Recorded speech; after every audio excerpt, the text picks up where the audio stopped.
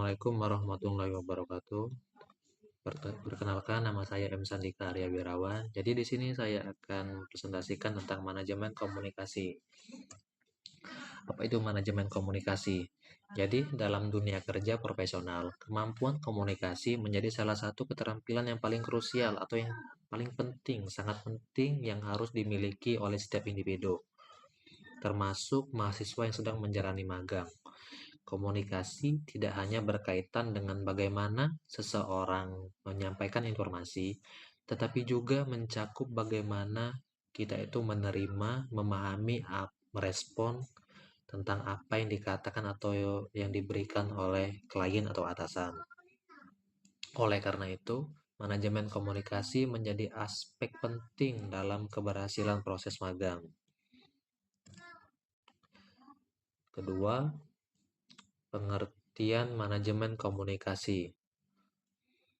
Manajemen komunikasi dalam magang adalah proses pengelolaan cara berkomunikasi secara efektif dan profesional yang dilakukan oleh peserta magang di lingkungan kerja dengan tujuan membangun hubungan kerja yang baik, menyampaikan informasi dengan jelas, serta menyesuaikan diri dengan budaya organisasi selama masa magang berlangsung. Pentingnya manajemen komunikasi. Jadi ada 4. Yang pertama, dapat membangun kepercayaan diri dengan atasan maupun tim. Kedua, dapat minimalisir miscommunication dan konflik antara tim. Nah, di yang kedua ini, jadi jika kita di saat kita magang, jadi kita tuh harus berlatih bagaimana kita berbicara atau berkomunikasi dengan seseorang dengan baik dan lancar.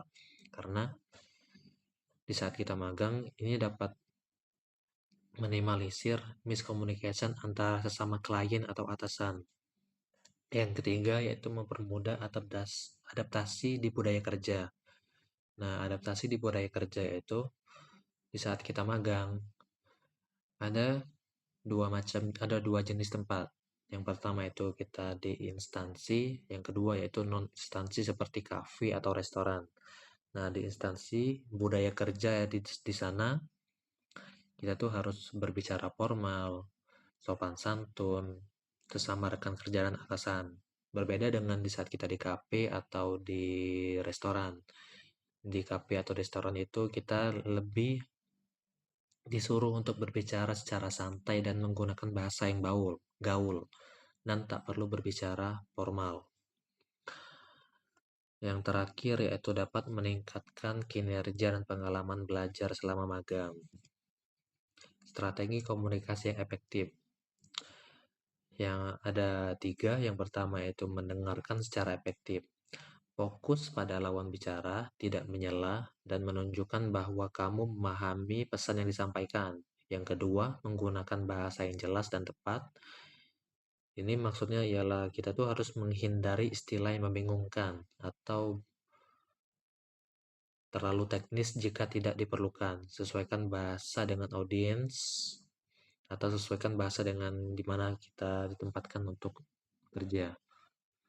Yang terakhir, perhatikan komunikasi nonverbal. Jadi di saat kita berkomunikasi, kita tuh harus memperhatikan gerak tubuh, kontak mata, dan ekspresi wajah yang mendukung pesan verbal dan mencerminkan sikap profesional.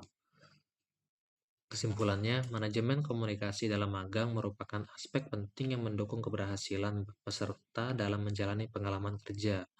Dengan kemampuan mengelola komunikasi secara efektif dan baik secara lisan, tulisan maupun nonverbal, peserta magang dapat membangun hubungan kerja yang positif, menyelesaikan tugas dengan efisien, serta menyesuaikan diri dengan budaya tempat kerja.